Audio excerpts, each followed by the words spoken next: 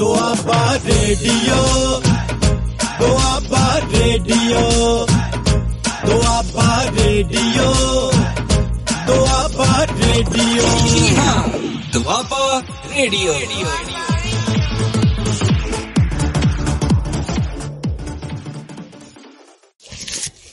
Hello students, I am Parminder Kaur and I am working as English mistress in Government High School, Dodra.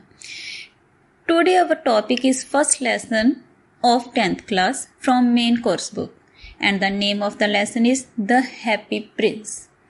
It is written by Oscar Wilde. The statue of Happy Prince stood on a tall column high above the city. Happy Prince ਦਾ ਬੁੱਤ ਸ਼ਹਿਰ ਦੇ ਵਿੱਚ ਬਹੁਤ ਉੱਚੇ ਥੰਮ ਦੇ ਉੱਪਰ ਖੜਾ ਸੀ। It was covered with gold, ruby and sapphire. Happy prince ਦਾ ਬੁੱਤ ਸੋਨੇ, ਰੂਬੀ ਅਤੇ ਸਫੀਅਰ ਦੇ ਨਾਲ ਢਕਿਆ ਹੋਇਆ ਸੀ। ਗੋਲਡ ਮੀਨਸ ਸੋਨਾ, ਰੂਬੀ ਮੀਨਸ ਹੀਰਾ ਐਂਡ ਸਫੀਅਰ ਮੀਨਸ ਨੀਲਮ। ਇਸ ਤਰ੍ਹਾਂ ਜਿਹੜਾ ਹੈਪੀ ਪ੍ਰਿੰਸ ਦਾ ਸਟੈਚੂ ਸੀ, ਬੁੱਤ ਸੀ, ਉਹ ਸੋਨੇ, ਹੀਰੇ ਅਤੇ ਨੀਲਮ ਦੇ ਨਾਲ ਢਕਿਆ ਹੋਇਆ ਸੀ। It had sapphires in its eyes. ਖੁਸ਼ ਮਿਜਾਜ ਰਾਜਕੁਮਾਰ ਦਾ ਜਿਹੜਾ ਬੁੱਤ ਸੀ, ਉਹਦੀਆਂ ਅੱਖਾਂ ਦੇ ਵਿੱਚ ਨੀਲਮ ਸਨ। ਸਫੀਅਰ ਮੀਨਸ ਨੀਲਮ ਸਨ and red ruby on his sword hilt. Sword hilt ਬੱਚੋ ਮੀਨਸ ਤਲਵਾਰ ਦੀ ਮੁੱਠ, ਅਤੇ ਉਹਦੀ ਤਲਵਾਰ ਦੇ ਮੁੱਠ ਦੇ ਉੱਪਰ ਇੱਕ ਲਾਲ ਰੰਗ ਦੀ Ruby C. It's body was covered with gold. ਅਤੇ ਹੈਪੀ ਪ੍ਰਿੰਸ ਦਾ ਜਿਹੜਾ ਬੁੱਤ ਦਾ ਸਰੀਰ ਸੀ, ਉਹ ਸਾਰਾ ਸੋਨੇ ਦੇ ਨਾਲ ਢਕਿਆ ਹੋਇਆ ਸੀ। ਇਸ ਤਰ੍ਹਾਂ ਇਨ ਦਿਸ stanza they have told how was the statue of Happy Prince decorated, and the answer is the statue of Happy Prince was decorated with gold, ruby and sapphire. One night a swallow flew over the city. ਤਾਂ ਕੀ ਹੁੰਦਾ, ਇੱਕ ਰਾਤ ਇੱਕ swallow meaning ਅਬਾਬਿਲ, ਇੱਕ ਅਬਾਬਿਲ ਉੱਡ ਕੇ ਸ਼ਹਿਰ ਦੇ ਵਿੱਚ ਆਉਂਦਾ ਹੈ। He wanted to go to Egypt. ਉਹ ਸਵੈਲੋ ਇਜਿਪਟ ਮੀਨਸ ਮਿਸਰ, ਉਹ ਸਵੈਲੋ ਮਿਸਰ ਜਾਣਾ ਚਾਹੁੰਦਾ ਸੀ। Because all his friends had gone to Egypt 6 weeks ago. ਕਿਉਂਕਿ ਉਹਦੇ ਸਾਰੇ ਦੋਸਤ, ਉਸ ਸਵੈਲੋ ਦੇ ਸਾਰੇ ਦੋਸਤ 6 weeks ago ਮੀਨਸ 6 ਹਫ਼ਤੇ ਪਹਿਲਾਂ ਉਹ ਸਾਰੇ ਇਜਿਪਟ ਮਿਸਰ ਜਾ ਚੁੱਕੇ ਸੀ। So when the swallow reached the city, ਇਸ ਲਈ ਜਦੋਂ ਉਹ ਸਵੈਲੋ ਕੀ ਸ਼ਹਿਰ ਪਹੁੰਚਿਆ, ਹੀ ਸੈਡ ਟੂ ਹਿਮਸੈਲਫ, ਤਾਂ ਉਹਨੇ ਆਪਣੇ ਆਪ ਨੂੰ ਕਿਹਾ, where shall I put up, ਮੈਂ ਕਿੱਥੇ ਠਹਿਰਾਂਗਾ। I hope the town had made all preparation, ਮੈਨੂੰ ਉਮੀਦ ਹੈ ਕਿ ਸ਼ਹਿਰ ਨੇ ਮੇਰੇ ਆਉਣ ਦੀ ਸਾਰੀ ਤਿਆਰੀ ਕਰ ਲਈ ਹੋਣੀ ਹੈ। ਦੈਨ ਹੀ ਸਾ ਦਾ ਸਟੈਚੂ ਔਨ ਏ ਟਾਲ ਕੋਲ, ਤਾਂ ਉਸ ਤੋਂ ਬਾਅਦ ਉਸ ਅਬਾਬੀਲ ਨੇ ਹੈਪੀ ਪ੍ਰਿੰਸ, ਖੁਸ਼ ਮਿਜਾਜ ਰਾਜਕੁਮਾਰ ਦਾ ਬੁੱਤ ਕਿਹਾ ਇੱਕ ਉੱਚੇ ਜਿਹੇ ਕੋਲਮ ਦੇ ਉੱਪਰ ਦੇਖਿਆ, ਇੱਕ ਉੱਚੇ ਜਿਹੇ ਸਤੰਭ ਦੇ ਉੱਪਰ ਦੇਖਿਆ।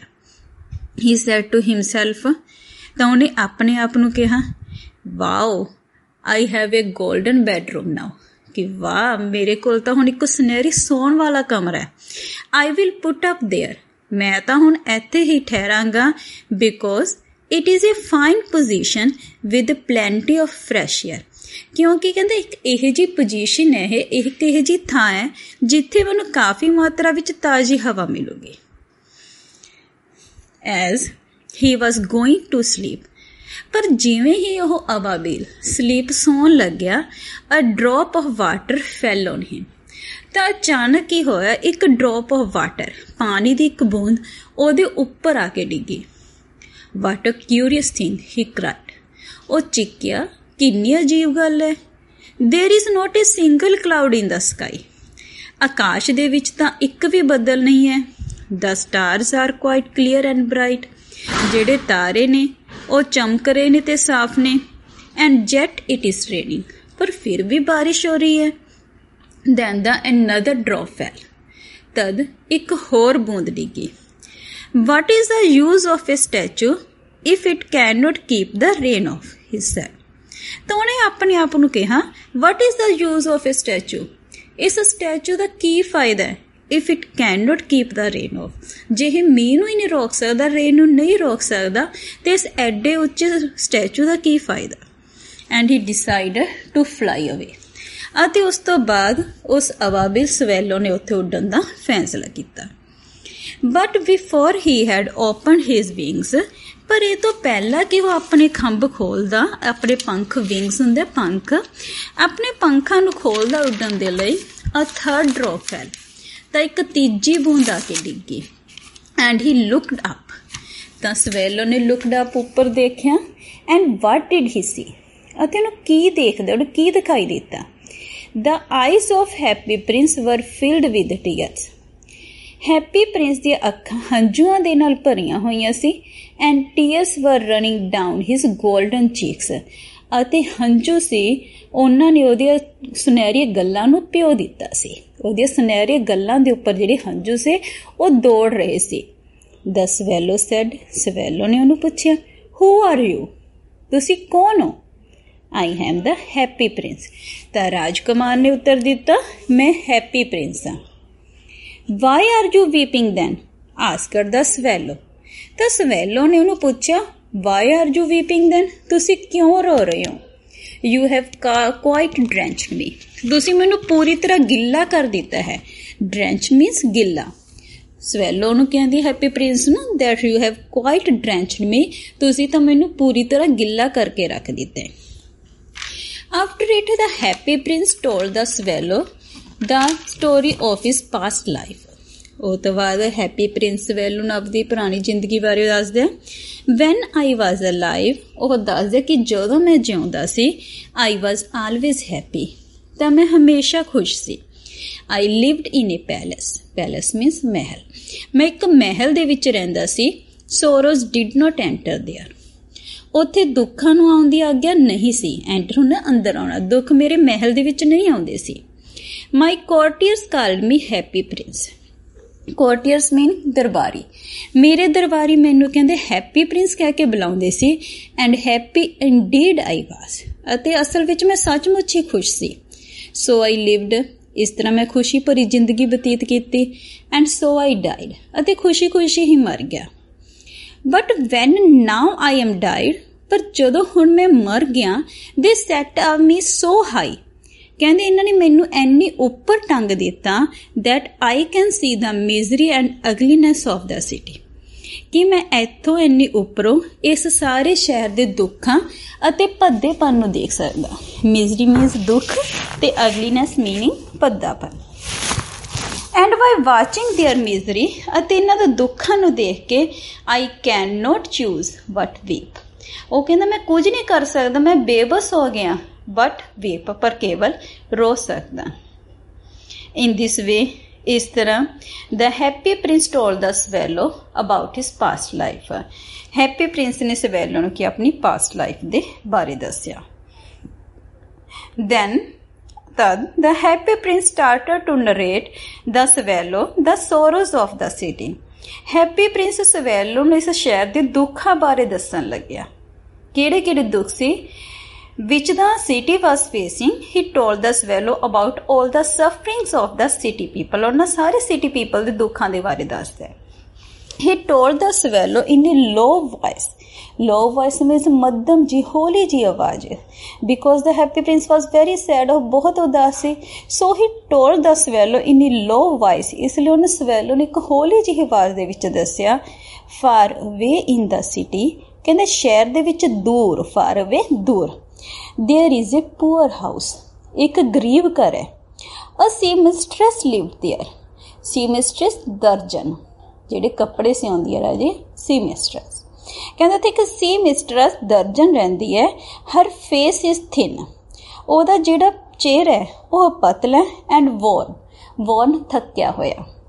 ਉਸ seamstress ਦੇ ਚਿਹਰੇ ਬਾਰੇ ਦੱਸਦਾ ਹੈ ਕਿ ਹਰ face is thin and worn, ਉਹਦਾ ਜਿਹੜਾ ਚਿਹਰਾ ਹੈ ਉਹ ਪਤਲਾ ਅਤੇ ਥੱਕਿਆ ਹੋਇਆ। And she had coarse red hands, ਅਤੇ ਜਿਹੜੇ ਉਹਦੇ ਲਾਲ ਰੰਗ ਦੇ ਹੱਥ ਨੇ ਉਹ ਲਾਲ ਹੋਏ ਪਏ ਨੇ ਤੇ ਖੁਰਦਰੇ ਨੇ। in a bed in the corner of the room, ਕਮਰੇ ਦੇ ਵਿੱਚ ਇੱਕ ਖੁੰਝੇ ਦੇ ਵਿੱਚ ਇੱਕ ਬੈੱਡ ਲੱਗਿਆ ਹੋਇਆ ਹੈ। ਹਰ ਲਿਟਲ ਬॉय ਇਜ਼ ਲਾਈਂਗ ਹਿਲ। ਉੱਥੇ ਉਹਦਾ ਇੱਕ ਛੋਟਾ ਜਿਹਾ ਬੱਚਾ ਇਲ ਹੈ, ਬਿਮਾਰ ਲੇਟਿਆ ਹੋਇਆ ਬੈੱਡ ਦੇ ਵਿੱਚ ਉੱਪਰ। ਹੀ ਹੈਜ਼ ਫੀਵਰ, ਉਹਨੂੰ ਬੁਖਾਰ ਹੈ, ਫੀਵਰ ਬੁਖਾਰ, ਐਂਡ ਵਾਂਟਡ ਔਰੇਂਜਸ ਟੂ ਈਟ। ਰਾਜਾ ਨੂੰ ਬੁਖਾਰ ਹੈ ਤੇ ਉਹ ਔਰੇਂਜ ਸੰਤਰੇ ਖਾਣਾ ਚਾਹੁੰਦਾ ਹੈ। But his mother had nothing to give him. ਪਰ ਉਹਦੀ ਮਾਂ ਦੇ ਕੋਲ ਉਹਨੂੰ ਕੁਝ ਵੀ ਨਹੀਂ ਹੈਗਾ ਦੇਣ ਲਈ ਬਟ ਰਿਵਰ ਵਾਟਰ। ਪਰ ਸਿਰਫ ਤੇ ਸਿਰਫ ਕਹਿੰਦੇ ਉਹਦੇ ਕੋਲ ਰਿਵਰ ਵਾਟਰ ਹੈ, ਦਰਿਆ ਦਾ ਪਾਣੀ ਹੈ ਉਹਨੂੰ ਦੇਣ ਦੇ ਲਈ, ਹੋਰ ਉਹਦੇ ਕੋਲ ਨਥਿੰਗ, ਕੁਝ ਵੀ ਨਹੀਂ ਹੈਗਾ। ਸੋ ਹੀ ਇਜ਼ ਕਰਾਈਂਗ। ਇਸ ਲਈ ਜਿਹੜਾ ਬॉय ਹੈ, ਦ ਸਨ ਆਫ ਸੀ ਮਿਸਟਰੈਸ, ਹੀ ਵਾਜ਼ ਕਰਾਈਂਗ, ਉਹ ਰੋ ਰਿਹਾ। So the happy prince bade the swallow to give the ruby out of his sword hilt. ਇਸ ਲਈ ਜਿਹੜਾ ਹੈਪੀ ਪ੍ਰਿੰਸ ਹੈ ਉਹ ਸਵੈਲੋ ਨੂੰ ਕਹਿੰਦਾ ਹੈ ਕਿ ਤੂੰ ਮੇਰੀ ਸਵੋਰਡ ਤਲਵਾਰ ਦੀ ਮੁੱਠ ਦੇ ਵਿੱਚ ਜਿਹੜੀ ਰੂਬੀ ਲੱਗੀ ਹੋਈ ਹੈ ਤਾਂ ਉਸ ਬੱਚੇ ਨੂੰ ਦਿਆ। But the swallow said. ਪਰ ਸਵੈਲੋ ਨੇ ਕਿਹਾ, I am waited for in Egypt. ਮੇਰਾ ਮਿਸਰ ਦੇ ਵਿੱਚ ਇੰਤਜ਼ਾਰ ਹੋ ਰਿਹਾ। But the prince requested the swallow to stay with him for 1 night.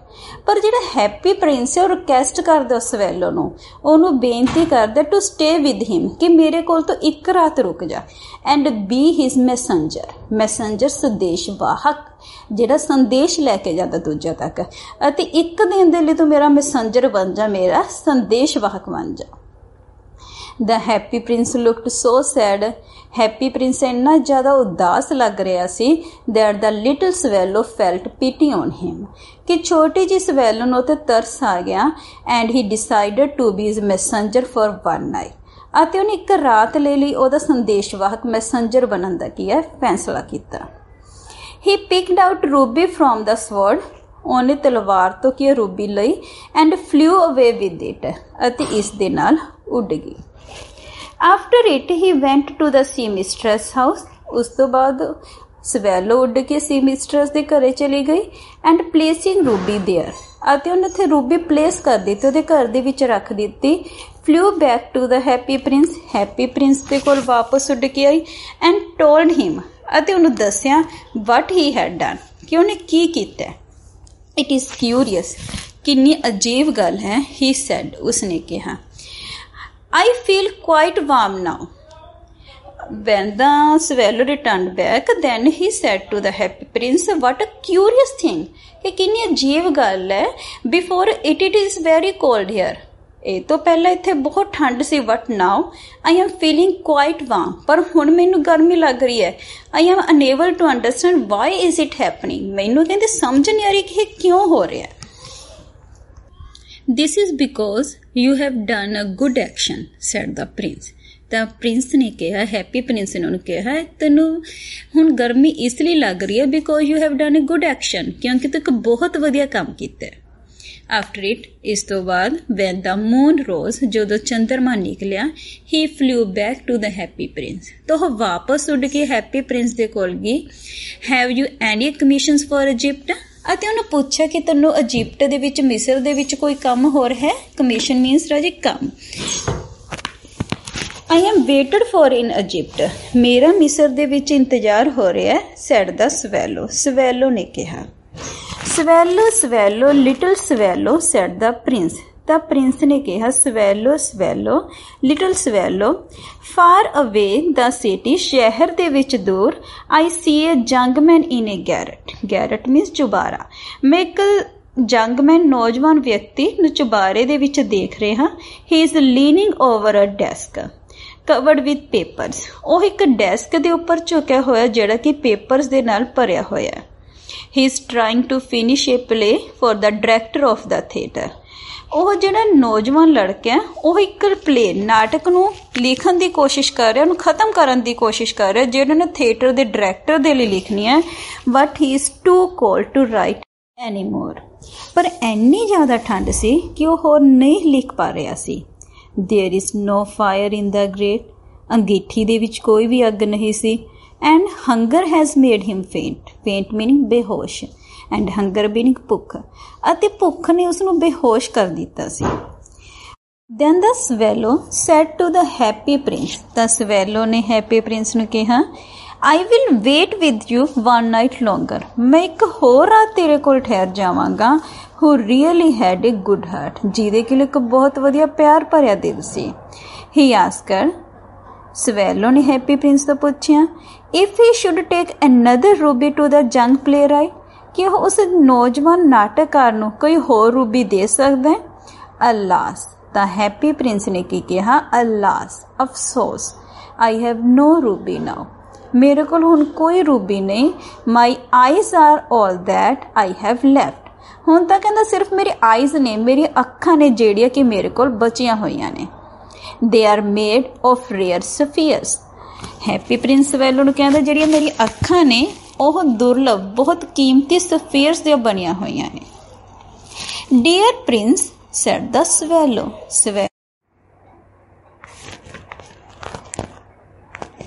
ਮੈਂ ਅਜਿਹਾ ਨਹੀਂ ਕਰ ਸਕਦਾ। And he began to weep, ਅਤੇ ਉਹ ਰੋਣਾ ਸ਼ੁਰੂ ਕਰ ਦਿੰਦਾ।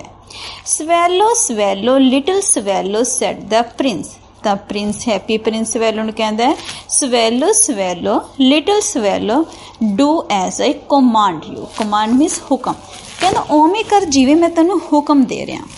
ਸੋ ਦ ਸਵੈਲੋ ਪਲੱਕਡ ਆਊਟ ਦ ਪ੍ਰਿੰਸ ਆਈ, ਇਸ ਲਈ ਅਵਾਬੀਲ ਨੇ ਰਾਜਕੁਮਾਰ ਦੀ ਕੀ ਅੱਖ ਕੱਢ ਲਈ। ਅੱਖ ਕੱਢਣ ਦਾ ਮਤਲਬ ਰਾਜਾ ਨੇ ਜਿਹੜਾ ਸਫੀਅਰ ਸੀ ਰਾਜਕੁਮਾਰ ਦੀ ਅੱਖ ਦੇ ਵਿੱਚ ਉਹ ਕੱਢ ਲਿਆ। ਐਂਡ ਫਲਿਊ ਅਵੇ ਟੂ ਦਾ ਸਟੂਡੈਂਟਸ ਗੈਰਟ, ਅਤੇ ਉਸ ਨਾਟਕਕਾਰ ਸੀ ਜਿਹੜਾ ਉਹਦੇ ਚੁਬਾਰੇ ਦੇ ਕੰਨੀ ਚਲਾ ਗਿਆ। Students, we will discuss the question answers that have come in the lesson up to now. The first question is, where did the statue of Happy Prince stand? Happy Prince the statue ਕਿੱਥੇ ਖੜਾ ਸੀ? ਕਿੱਥੇ ਸੀ? On a high column above the city. The statue of Happy Prince stood on a tall column high above the city. The next question is, how was the statue decorated? Statue ਨੂੰ ਕਿਵੇਂ decorate ਕੀਤਾ ਗਿਆ ਸੀ? The statue was decorated with three things. The first one is gold, second one is ruby, and the third one is sapphire. So the statue was decorated with gold, ruby, and sapphire. Third question is, where was the swallow going? Swallow ਕਿੱਥੇ ਜਾ ਰਿਹਾ ਸੀ? ਕਿੱਥੇ ਜਾ ਰਿਹਾ ਸੀ? Egypt. The swallow was going to Egypt. The next question is, why did the swallow put up between the feet of Happy Prince?